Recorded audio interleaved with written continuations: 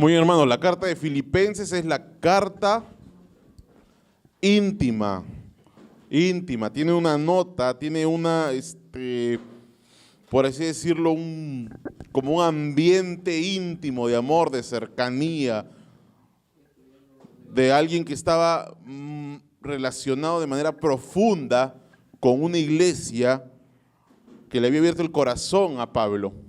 Entonces, cuando leemos esta carta, cuando estudiamos esta carta, estamos dentro de ese marco, de una relación de intimidad, de profundidad, de cooperación.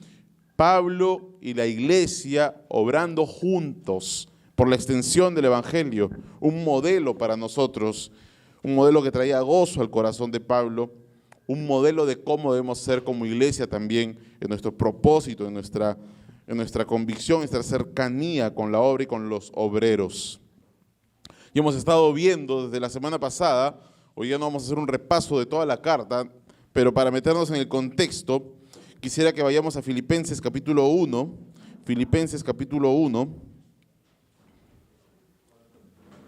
versículo 18, que fue el versículo que se tocó la semana pasada. ¿Se acuerdan, hermanos? Filipenses capítulo 1, versículo 8, la expresión de gozo en una carta que es la carta del sumo gozo, la expresión de gozo de Pablo, donde dice en el versículo 18, que pues, que no obstante, de todas maneras, o por pretexto, o por verdad, Cristo es anunciado, y en esto me gozo y me gozaré aún.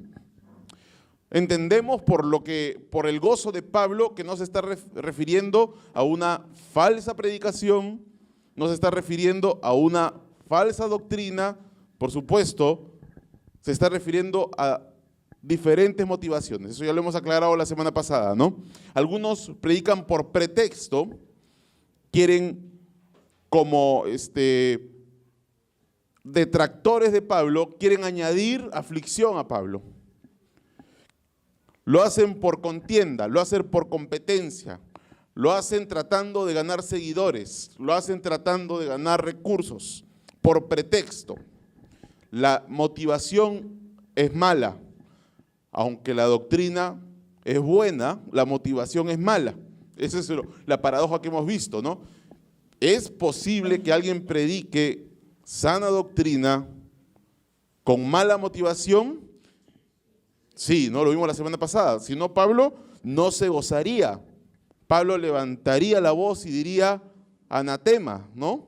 El que predique otro evangelio. O les diría, ellos están apostatando de la fe, siguiendo doctrinas de demonios. O diría, cuídense de los perros y de los malos obreros, como lo dice más adelante.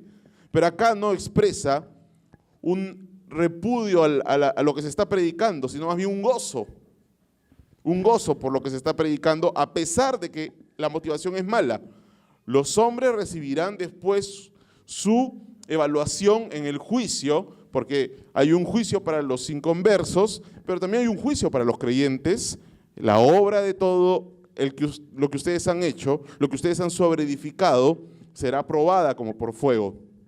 Y las malas motivaciones ahí serán uno de los criterios de evaluación. Así que no quedarán sin recibir la justicia de acuerdo a sus motivaciones, en el sentido de la pérdida, ¿no?, de recompensas, y se darán cuenta que han recibido grande pérdida. No hay nada más terrible para un verdadero creyente en Cristo que llegar a la presencia de Dios y darse cuenta que por sus malas motivaciones o por su negligencia no recibe, sino que más bien pasa recibiendo gran pérdida. Ha perdido el tiempo por no haber hecho las cosas con una sana motivación. Pero a pesar de ese pretexto que ya le deja la justicia a Dios Pablo, ¿no? Y a pesar de que algunos predican sí de verdad, sí lo hacen con un sincero amor, sí lo hacen alineándose con quién es Pablo, reconociendo que él ha sido puesto por Dios y por lo tanto saben que él ha sido puesto para defensa del evangelio. Ellos también lo hacen con amor a Pablo, con amor al evangelio. A pesar de esas dos motivaciones, Cristo es anunciado, y en eso Pablo dice, me gozo y me gozaré aún. Así que estamos dentro del contexto del gozo de Pablo. El gozo que disfruta Pablo. Pablo está disfrutando la cárcel, en un sentido, ¿no? Está disfrutando la cárcel. ¿Por qué? Porque ve el avance del evangelio. Pablo está pleno. La plenitud y la satisfacción que le es para él saber del avance de la predicación del evangelio. De tal manera que incluso sus detractores le traen gozo. Sus detractores, pensando en añadir aflicción, más bien le traen gozo. Que se llena su mente de pensamientos de gozo y satisfacción al oír que Cristo es predicado, y es aquí donde vamos a ver cuáles son las razones y el porqué de ese gozo de Pablo. Pero tendríamos que evaluarnos en este primer pasaje una comparación de nuestra vida con la vida de Pablo, ¿no? Nosotros no estamos en la cárcel ahorita, ¿no es cierto? ¿No? No estamos en la cárcel. No sé qué estarás pasando o cuáles son las circunstancias que estás pasando, pero ¿en qué te gozas? ¿Qué es lo que llena tu vida de plenitud y de satisfacción? Si estás viviendo para el avance del evangelio y para la gloria de Cristo, entonces cuando ves que el evangelio avanza y que Cristo es predicado, lo demás es secundario, ¿no es cierto? De tal manera que lo demás es algo que puede esperar o es algo que no mueve tu gozo, sino que puedes estar pleno en medio de circunstancias difíciles si es que estás viviendo para la predicación del evangelio. Y ahí podrías analizarte para qué vives, ¿no? Si hay otras cosas que más bien mueven tus circunstancias, te hacen sentir deprimido, frustrado, triste, porque no te reconocen o por las contiendas o por la traición de alguien o no sé.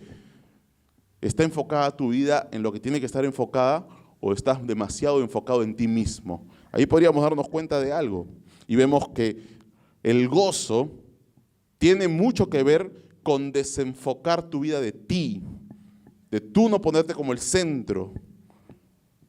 Mientras más tú seas el centro de tu vida, menos tendrás el gozo de Cristo, el gozo del evangelio. Entonces, ¿cuál es la razón del gozo de Pablo? Porque Cristo es anunciado. Y el que Cristo sea anunciado, ¿por qué le trae gozo a Pablo? Y aquí es donde vamos a ver las convicciones de Pablo. Pablo se mueve por convicción, no por emoción. Las circunstancias no lo llevan a estar en un momento lleno de plenitud, fiel, siempre constante, viniendo a la iglesia con mucho entusiasmo, con mucho ánimo, y después vemos que está fallando, que no es tan fiel, o duda, o se desanima. No, porque él está movido por convicciones, no por emociones, no por circunstancias, sino por convicciones. ¿Y cuáles son las convicciones que hacen que Pablo pueda estar gozoso, pueda estar con el mismo ánimo, con la largura de ánimo, en medio de la situación tan difícil que está pasando? Versículo 19. ¿Por qué?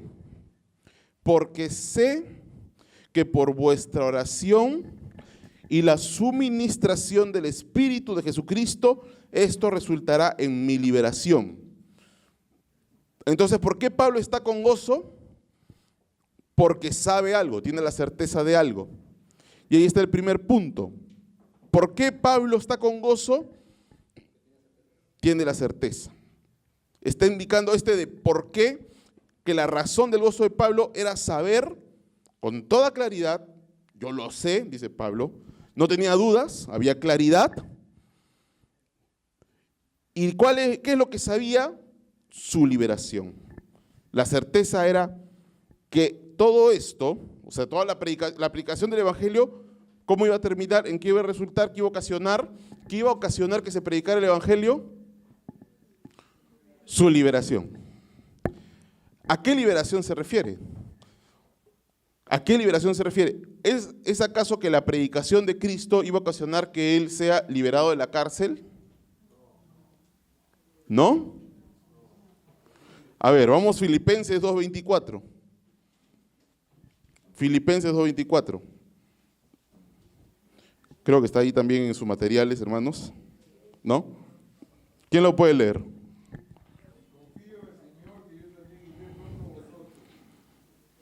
Muy bien. Pablo confía en el Señor que iba a ir a ver a los filipenses. Pero ¿era una certeza completa y total o había alguna duda de que esto no se dé? Sí, era una certeza total de que iba a salir de la cárcel.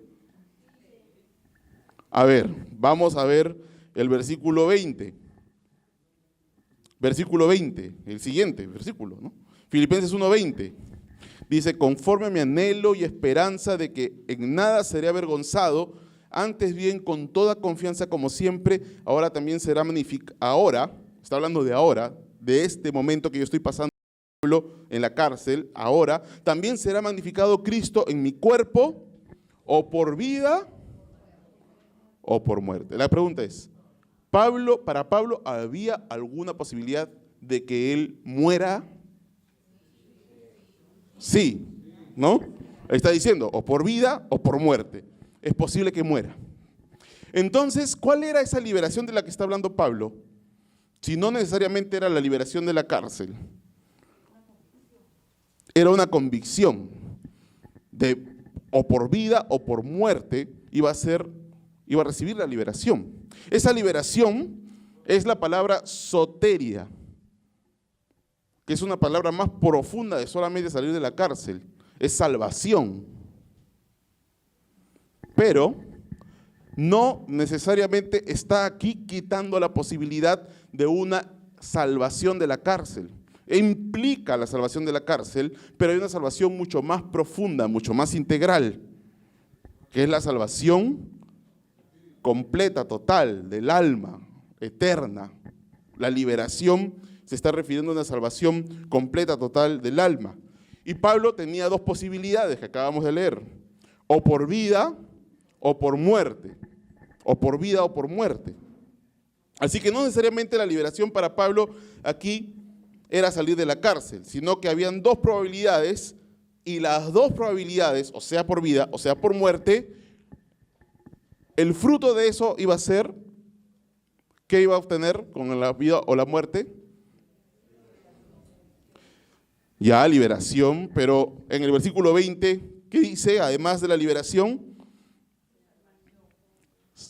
versículo 20, ahora también será magnificado Cristo, será agrandado, será glorificado Cristo. Entonces, hay dos convicciones acá. La convicción de la liberación, de la salvación, y la convicción de la glorificación de Cristo. O sea, como Pablo tenía la convicción de que iba de todas maneras a ser salvado y iba de todas maneras a glorificar a Cristo, eso hacía que se goce en el Señor por la predicación.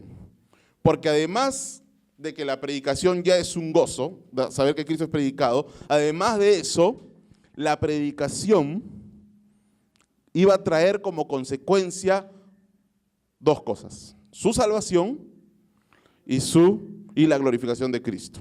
¿Cómo iba a traer su salvación? ¿Cómo es que la predicación iba a traer la salvación de Pablo? Primero, la primera opción, por vida. ¿Cómo se puede dar que por la predicación Pablo termine vivo y sobreviva a la cárcel? ¿Cómo creen? ¿Ah? Viviendo en Cristo. Bueno, pero ¿cómo iba a evitar que lo maten? La predicación. ¿Cómo la predicación iba a hacer que él termine absuelto y termine libre y no lo maten? ¿Ah?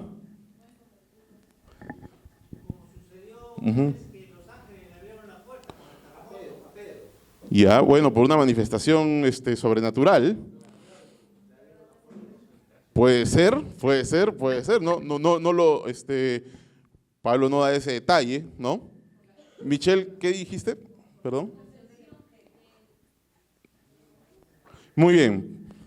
Una posibilidad grande era que sus detractores, que están predicando a muchos de los magistrados. Recuerden que Pablo estaba haciendo notorio en el pretorio, ¿no es cierto?, la salvación, que estaba preso por Cristo, ¿no? Y había tenido oportunidad de compartir, muchos ahí, incluso sus detractores de repente podrían estar compartiendo entre los del pretorio, magistrados, autoridades, pero la predicación podía traer, por supuesto, como fruto salvación, ¿no? Regeneración.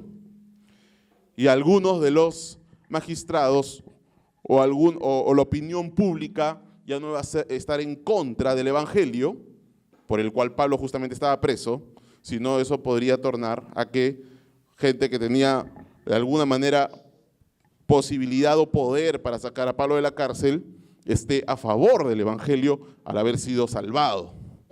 ¿Se entiende?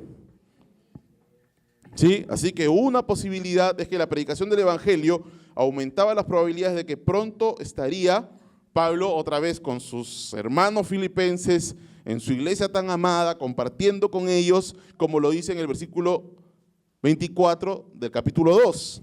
Y confíe en el Señor, que yo también iré pronto a vosotros.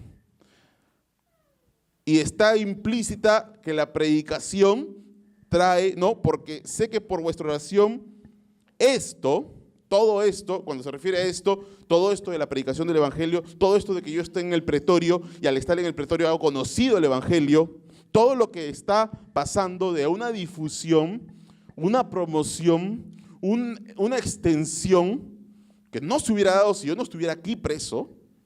Pues él está diciendo, qué bueno que esté preso. Filipenses, les quiero contar una buena noticia. Estoy preso, pero la buena noticia es que no es que esté preso, sino que mi prisión ha hecho que el evangelio avance en Roma, en la capital, la que ustedes son justamente, es una provincia que se consideran muy romanos ustedes, ¿no? Entonces, esto de mi prisión, de la difusión del evangelio, va a traer como consecuencia mi liberación y expresa la confianza de ir pronto a verlos. Así que hay una posibilidad de que la predicación haga que lo suelten, que lo liberen. ¿Cómo? ¿Cómo podría pasar eso? Que la gente se convierta y al convertirse, ¿no? Y al regenerarse, sean propicios al evangelio y liberen a Pablo. Esa es una opción. ¿Cuál es la otra opción? O por vida, pero también puede ser por muerte. ¿Y cómo Pablo se salvaba muriendo? Claro, hay una liberación ahí que es mucho más profunda, mucho más eterna y mucho más integral, que es la predicación del evangelio. Aún más bien podía hacer que los magistrados reaccionen como con Esteban. Hay dos formas de reaccionar al evangelio: o te conviertes o apedreas al que te está predicando, ¿no es cierto? Para ilustrarlo, o sea, o lo aceptas o lo rechazas. Y podría ser que esto más bien haga que se pongan más contrarios contra el evangelio y terminen más bien matando a Pablo. Pero eso para Pablo era una liberación también. ¿Por qué?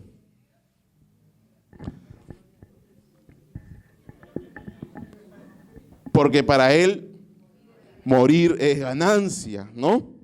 Para él morir es ganancia. Poder estar, mira, o se iba con sus amados hermanos filipenses y estaba con Cristo en vida, o se iba a la presencia de Cristo y ganaba. Al final, sea por vida o por muerte, la predicación del evangelio de sus detractores lo ayudaba a él. Sus detractores estaban trabajando para él. Eso es lo que está tratando de transmitir.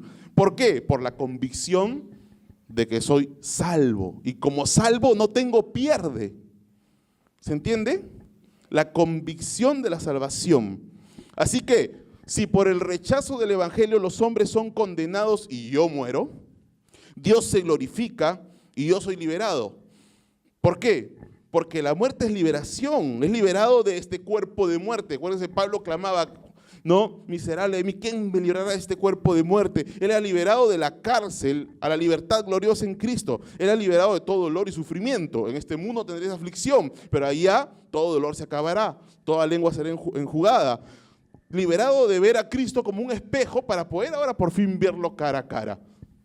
Sea cual sea, ¿no? Si es por el rechazo del evangelio, hay una liberación. O si por la aceptación del evangelio los hombres son salvados y me liberan, Dios se glorifica por su gracia mostrada en los que Él redime, por su plan de redención ahí manifestado para con estos hombres. Así que sea que vaya con mis amados filipenses en vida, o sea que me vaya con mi amado Señor Jesucristo en muerte, mis detractores trabajan para mi liberación. Al trabajar para Cristo me llenan de gozo, al trabajar para Cristo aceleran mi liberación. ¿Por qué?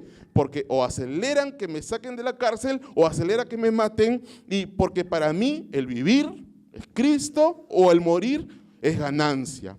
Así que si soy liberado de la cárcel, vivo para Cristo. Y si muero, gano el estar con Cristo, muero para Cristo. Hay una realidad para Pablo que hace que no tenga ningún pierde. Y se entiende dentro del contexto justamente de esa convicción de que él tenía un destino ya asegurado, el destino eterno de la salvación. Y esto nos habla mucho, hermanos, de la convicción que nos ayuda a nosotros también en el día a día, la convicción de la salvación, el yelmo de la salvación. Si estamos pasando por alguna dificultad o alguna injusticia o alguna incluso enfermedad, la convicción de la salvación hace que sea cual sea el resultado, Dios lo va a usar para nuestro bien. Será para bien de la obra, será para bien del evangelio, será para glorificar a Cristo en nosotros, será para formarnos en paciencia en medio de la prueba, pero en todo, si es que realmente somos llamados, todo ayuda a bien. La convicción de la salvación hace que puedas tener gozo, cualquiera sea la circunstancia que estés pasando. Incluso si hay una probabilidad de muerte. Claro, debes mantenerte fiel a su palabra y debes mantenerte fiel a Cristo. ¿Tienes la convicción de la salvación? Porque ¿qué pasa con los llamados? Todo ayuda a bien. Y aquí Pablo lo está demostrando muy claramente, ¿no? Pero hay un tema aquí que me he saltado, ¿no es cierto? Me lo salteé. ¿Se dieron cuenta? ¿No? No están atentos. Me salteé el por qué, el por medio de qué. ¿No? ¿Esto cómo se logra? Por medio de, por vuestra oración y la suministración del Espíritu. Así que Pablo acá quiere hacer a su iglesia amada consciente de que la iglesia es partícipe de esta predicación y de los resultados que terminan o en su muerte o su liberación. Va a ser por medio de vuestra oración, le dice a la iglesia, y la suministración del Espíritu. O sea, en el griego se unen estas dos cosas de manera íntima e inseparable: orar y la suministración del Espíritu. La oración de la iglesia y la operación del Espíritu son dos claves que operan para la extensión del evangelio. La iglesia de Filipos era parte del ministerio de Pablo en todo sentido. Miren el versículo, como Pablo lo había dicho ya. Versículo 7. Como me es justo sentir esto de todos vosotros, por cuantos tengo en el corazón y en mis prisiones y en la defensa y confirmación del evangelio, todos vosotros sois participantes conmigo de la gracia. Pablo ya les había dicho: ustedes están participando conmigo de esta gracia de la predicación del evangelio. Ustedes son ya parte de esto. Y ahora le está diciendo, les está poniendo otra vez a los filipenses el entendimiento de cómo ellos participan de la obra de Pablo por vuestra oración. Y esto unido a la provisión del Espíritu Santo. Pablo le está diciendo a la iglesia que la obra está dando sus frutos porque al cooperar los filipenses con la oración, el Espíritu era la provisión que Pablo recibía como respuesta de las oraciones de los filipenses. Entonces, lo que está diciendo Pablo acá es: si está pasando algo, tiene que ver mucho con vuestra oración como iglesia. Lo que nace de la carne, carne es. ¿Se acuerdan de esa frase tan conocida? que le dijo Jesucristo a Nicodemo, ¿no? Lo que nace de la carne, carne es. Lo que nace del espíritu, espíritu es. No podemos esperar, lo que está diciendo hay que separar las cosas, ¿no? Así como un perro no puede producir gatos, bueno, un gato no puede nacer de un perro, nada espiritual puede nacer de esfuerzos humanos, nada, ningún fruto espiritual puede salir de lo que es de la carne, de lo que es carne.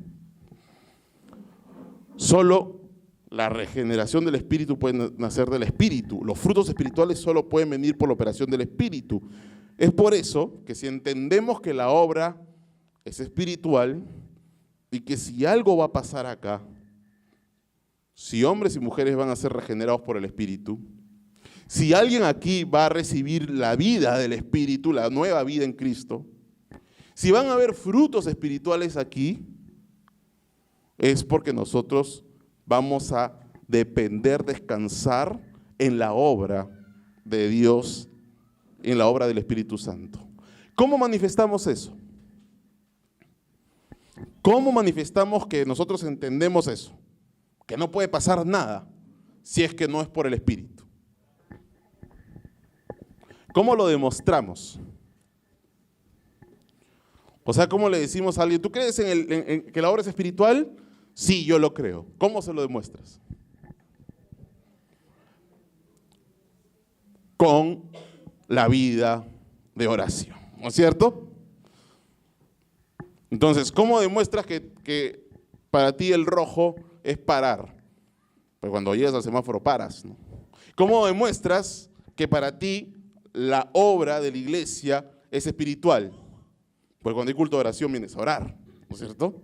Y sabes que es aquí donde la oración y la suministración del Espíritu hacen la obra. Definitivamente solo el Espíritu puede abrir los corazones y solo el Espíritu puede quitar la venda de los ojos, los que están cegados por el príncipe de este mundo, ¿no es cierto? Y solo el Espíritu puede capacitar al mensajero para dar un mensaje en el poder del Espíritu, y solo el Espíritu puede ocasionar frutos espirituales en los hombres que escuchan el mensaje. Si nosotros lo creemos, entonces nuestra forma de obrar como iglesia va a ser descansando en la oración como iglesia. Pablo le está diciendo, oren iglesia para que la predicación avance y yo sea liberado. ¿Cómo? Por la oración y la suministración del Espíritu. Lo que más glorifica a Dios, ¿cuál es? ¿Que Pablo muera o que Pablo sea liberado? Que Pablo muera. Bueno, Pablo acá no lo sabía, ¿no es cierto? Pablo está diciendo, sea que muera, o sea que viva, Cristo va a ser magnificado. Y al final, ¿quién va a decidir? Dios. ¿Y por qué va a decidir Dios? ¿Cuál va a ser el factor para que Dios decida por este y no por el otro? ¿Por Pablo? ¿Por lo que le conviene más a Pablo? ¿Por lo que le glorifique más? ¿No es cierto? Y Pablo estaba gozoso de saber que Dios iba a decidir lo que a él más le glorifique. Y él estaba para eso. La voluntad de Dios, lo que sea la voluntad de Dios. Pero qué interesante, hermanos, qué importante es que por vuestra oración y la suministración del Espíritu. Una consulta aquí, hermanos, para reflexionar, ¿no?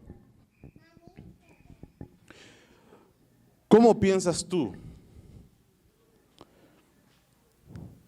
¿Qué es lo que tú decidirías? O cuando estás en una circunstancia, ¿qué es lo que quieres que pase? Cuando estás en un problema, una dificultad, ¿qué es lo que buscas que pase? ¿Que se solucione el problema? Claro, ¿no? Claro, lo que queremos es muy obvio, ¿no? Claro, lo que debemos entender ahora es que deberíamos bien pensar, a ver, Señor, ¿te glorificas más con mi sanidad y con mi salud? ¿O con que yo te sea fiel en medio de mi enfermedad? ¿Qué cosa glorifica más tu nombre? ¿Qué cosa delante de los ángeles, de los testigos, delante de los hombres que me ven, te glorifica más? Eso, señoras. Eso, señoras. Pablo estaba muy alineado porque su único objetivo de vida era que se glorifique Dios. Y por eso es cuando Dios le dijo, bástate mi gracia, él estuvo total y completamente complacido. Versículo 20, la segunda convicción que tenía Pablo. Conforme a mi anhelo y esperanza de que en nada seré avergonzado, antes bien con toda confianza como siempre, ahora también será magnificado Cristo en mi cuerpo, o por vida o por muerte. O sea, esto de mi liberación, esto de que yo sé que la extensión del evangelio, la predicación del evangelio terminará en que me maten o que me liberen, pero al final terminaré liberado. Todo esto está de acuerdo, está conforme. Yo estoy conforme con eso, mi mente está de acuerdo con eso, porque es mi anhelo y esperanza. Y aquí hay dos vocablos, ¿no? Mi anhelo es lo que yo quiero, lo que yo deseo, mi deseo y mi esperanza es lo que yo estoy persuadido que va a pasar. Así que mi anhelo en estos momentos es igual a lo que yo sé que va a pasar. Y si lo que yo quiero que pase, sé que va a pasar, entonces, ¿cómo estoy? ¿Triste o contento? Pues con gozo, ¿no? Puede estar triste, pero con gozo. Entonces Pablo está diciendo, mi anhelo coincide con lo que es mi esperanza, y como coincide, me gozo. Hay una convicción ahí. ¿Y cuál es la esperanza? ¿Qué es lo que Pablo sabe que va a pasar? Porque la fe es la certeza de lo que se espera, la convicción de lo que no se ve, y la esperanza, en el griego y en la Biblia, es la figura de alguien que ya está disfrutando algo que aún no pasa, pero ya lo disfruta porque sabe que va a pasar, ¿no? Entonces él ya está disfrutando lo que va a pasar. Está seguro de que eso se va a realizar. ¿Qué es lo que va a pasar? Primero, de que en nada seré avergonzado. Y esta frase es muy totalitaria, ¿no? En nada serás avergonzado. ¿Y si te escupen, Pablo? En nada serás avergonzado. ¿Y si te desnudan y te pasean para burlarse de ti? Y eso es lo que desean tus detractores, ¿no? Piensan añadir aflicción a tus prisiones. Entonces, ¿cómo que en nada? ¿Cómo que en nada ibas a ser avergonzado? Porque la perspectiva aquí está en función de la gloria de Dios. Y podemos, por ejemplo, ir a otros ejemplos donde aparentemente delante de los hombres había humillación y vergüenza, pero en realidad delante de Dios había gloria y no había nada de vergüenza. O sea, acá Pablo ve que ante el tribunal humano, muy terrenal, muy limitado, muy efímero, estaba por encima de eso el tribunal de Dios. Y delante del gran teatro cósmico, ¿no? Porque Pablo mismo decía, yo soy como un espectáculo. Yo soy un espectáculo cósmico, ¿no? O sea, hay los ángeles, los demonios, y todos están mirando como diciendo qué va a pasar. Y Pablo se veía en medio de ese espectáculo cósmico, dentro del cual toda humillación que el hombre le haga, dentro del ámbito eterno y de Dios, era más bien gloria para él. No sé si se entiende. Ejemplo, Jesucristo. Padre, glorifícate. Y el Padre le dijo, me he glorificado y me glorificaré. Y cuando él pidió eso, ¿qué fue lo que pasó? Supuestamente el momento de más humillación y más vergüenza. Pero fue el momento de mayor gloria para Cristo. Por ejemplo, Esteban. ¿Se acuerdan de Esteban?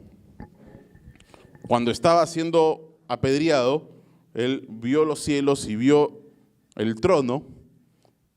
Y dentro de ese ámbito, ¿quiénes eran los que verdaderamente estaban siendo avergonzados? ¿Esteban, que estaba siendo fiel, o los que lo estaban apedreando? Claro, y los que lo estaban apedreando quizás dicen, este está muriendo como un hereje, y no se dan cuenta que ellos, delante del ámbito eterno, delante de la gran nube de testigos, delante de Dios, ellos eran más bien los que estaban quedando como avergonzados. Pablo mismo, él estaba persiguiendo a los cristianos y los hacía renegar de su fe, respiraba amenazas de muerte y con cartas los arrastraba a la cárcel. Y Pablo creía que así los avergonzaba a los cristianos. Y cuando se le aparece Cristo y se cae a tierra, entonces se da cuenta, yo soy el avergonzado, ¿no? Yo, pensando que estaba avergonzando a ellos, no estaba más que dándoles más gloria delante de Dios y honra. Porque no hay quien sea humillado delante de los hombres por causa de Cristo que no reciba más gloria y honra delante de Dios. Y al final los burladores son los que quedan avergonzados en el ámbito eterno y real, que es en el que realmente tenemos que vivir. Entonces la convicción y la perspectiva de Pablo aquí es eterna, no terrenal. Y él sabe que más bien están añadiendo más peso de gloria cuando tratan de humillarlo. Cuando tratan de avergonzarlo, añaden más gloria y honra. Y esto le hace, por supuesto, tener gozo. Pero hay dos condiciones que se cumplen en la mente de Pablo. Pablo no estaba sufriendo por algo malo que había hecho, ¿no? Por supuesto que no. Lo que estamos diciendo lo decimos en un contexto de alguien que está sufriendo por ser fiel. De alguien que está sufriendo porque con limpia conciencia ha guardado la palabra y está puesto como defensa de la sana doctrina del Evangelio. Así que lo que decimos se cumple si es que tú estás siendo fiel y si es que tú estás viviendo para su gloria. Entonces el gozo que viene de sufrir en medio de tu fidelidad a Cristo y en medio de tu fidelidad a la palabra de Dios y a tu conciencia es lo que realmente te sostiene. El gozo del Señor, mi fortaleza es. Ese gozo es saber que aunque todo el mundo te tache, tú estás bien con Dios, porque Él ha sido fiel. Él ha sido fiel. Entonces, además de la vindicación hecha por Dios, también, que va a venir en la eternidad, la vindicación eterna y gloriosa de Dios, se da un absoluto en Romanos 9:33. Y quisiera que me acompañen a Romanos 9:33. Romanos 9:33.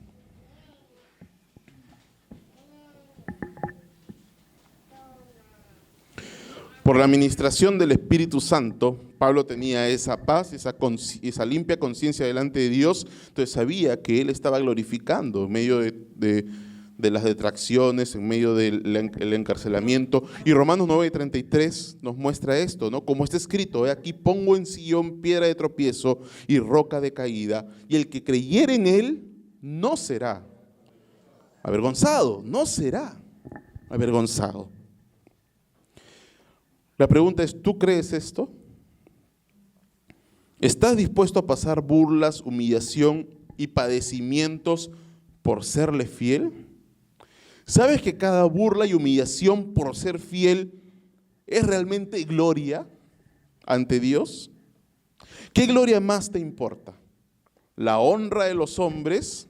¿La aprobación de los hombres? ¿O la gloria de Dios? De tal manera que es completamente verdad esta expresión. Cuando dice en nada, es realmente en nada. En nada iba a ser avergonzado Pablo. En nada iba a ser avergonzado Pablo. Pablo debió recordar que cuando él trataba de avergonzar a los cristianos en su persecución, él fue más bien el avergonzado. Así que dice que en vez de ser avergonzado, Antes bien, o sea, todo lo contrario, más bien, con toda confianza. ¿Por qué? Pablo tiene toda la confianza, una confianza pura, sin sombra de dudas. ¿Es acaso una expresión emocional esto? ¿Es una hipérbole? Dice que él tiene, yo tengo toda confianza. Estoy total y completamente confiado, no tengo ni sombra de duda. Interesante, ¿no? Esa expresión. Toda confianza, sí. ¿No estás exagerando, Pablo? ¿Tienes toda confianza realmente de que tú vas a glorificar a Cristo? ¿De dónde salía la confianza que Pablo tenía de que él iba a glorificar a Cristo? ¿Que acaso un creyente no puede dejar de glorificar a Cristo? Una pregunta. ¿Podemos en algún momento de nuestra vida, como creyentes, dejar de glorificar a Cristo? ¿Es una posibilidad de que lo hagamos? Sí, ¿no? Si pecamos, si damos mal testimonio. Pero acá Pablo tenía una confianza de que él no estaba en esa situación. Tenía la confianza de que él no estaba en la cárcel por ser malhechor. ¿De dónde venía esa confianza? De una convicción de que él estaba, lo que había hecho, todo lo había hecho para la gloria de Dios. Por supuesto, estaba en paz con su conciencia delante de Dios y sabía que estaba alineado con la palabra de Dios, con el Evangelio, era en defensa del Evangelio. Y eso es uno de los puntos claves para nuestra evaluación. Si nosotros no vivimos para la gloria de Dios, si nosotros no estamos alineados con la sana palabra de Dios, si nosotros no estamos viviendo para la gloria de Dios, no vamos a tener este gozo. No vamos a tener este gozo. Y como Pablo lo tenía toda confianza, como siempre, ahora también, o sea, ya siempre lo he comprobado, y ahora, en este tiempo difícil, incluso también ahora, que será magnificado Cristo en mi cuerpo, o por vida o por muerte. O sea, lo que está diciendo es, al final Cristo será magnificado, será hecho magno, mega, será agrandado, será exaltado. Cristo será hecho mega, será agrandado en el cuerpo de Pablo, en su propio cuerpo. ¿Por qué? Porque su cuerpo o iba a ser puesto bajo muerte, o era un cuerpo que iba a ser entregado al servicio de Cristo, si es que era en vida. Entonces, si vives para la gloria de Dios, no te importará lo que te hagan a ti. No te dolerá, no te frustrarás, no te llenarás de rencor, ni de amargura, ni de celos o contiendas, como los contendores de Pablo, ¿no? O los detractores, mientras glorifique a Dios, que a mí me pase lo que sea, que sufra lo que tenga que sufrir, que me despidan, que sufra escasez, lo que sea. Pero si vivo fiel a Cristo y a su palabra, fiel a la convicción de que estás glorificando a Dios, porque eres fiel a su palabra, eso será suficiente recompensa para ti y eso te llenará de gozo. ¿Vivimos así? De tal manera que no importa de qué nos despojemos, lo que importa es que vivamos realmente para la gloria de Dios. Aunque eso implique vergüenza delante de los hombres.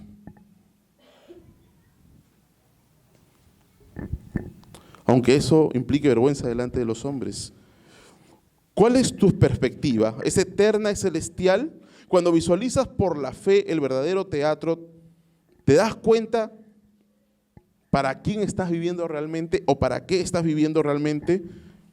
¿Estás viviendo para tu bienestar? ¿Estás viviendo para tu éxito? ¿Estás viviendo para poder tener reconocimiento en este mundo o estás viviendo para la gloria de Dios? Porque si estás viviendo para tener reconocimiento, cuando pierdas reconocimiento por ser fiel a Dios, te vas a deprimir, te vas a entristecer. Pero si estás viviendo para la gloria de Dios, así pierdas reconocimiento, te vas a gozar. Así pierdas bienes, así pierdas posesiones, así pierdas lo que pierdas. Y estamos viviendo en épocas donde es imposible vivir agradando a Dios y a la vez agradando a los hombres. Es imposible vivir agradando a Dios y a la vez agradando al mundo. Y bueno, siempre va a ser así. Siempre va a ser así. Como conclusión, hermanos, el gozo de Pablo por la predicación del Evangelio se basaba en dos convicciones. La convicción de liberación o de salvación, por la cual sabía que todo al final iba a ser para bien, incluso si tenía que morir. Y la convicción de vivir para la gloria de Dios, por la cual sabía que al final Dios decide cómo quiere glorificarse en él. Y al final Dios es el que decide cómo quiere glorificarse en tu vida. La pregunta es, y la evaluación que nos tenemos que hacer es, si quizás tú no tienes ese gozo porque tus sufrimientos no han sido por vivir para su gloria, sino al contrario, por vivir para ti mismo. Entonces, si nos arrepentimos, confesamos y así glorificamos a Dios con nuestra obediencia, sean cuales sean las consecuencias, podremos volver a vivir para la gloria de Dios y recuperar el gozo del Señor. Porque no nos movemos por las consecuencias, sino por convicciones. La convicción de vivir para la gloria de Dios y la convicción de que somos llamados por Él para salvación. Vamos a orar para terminar.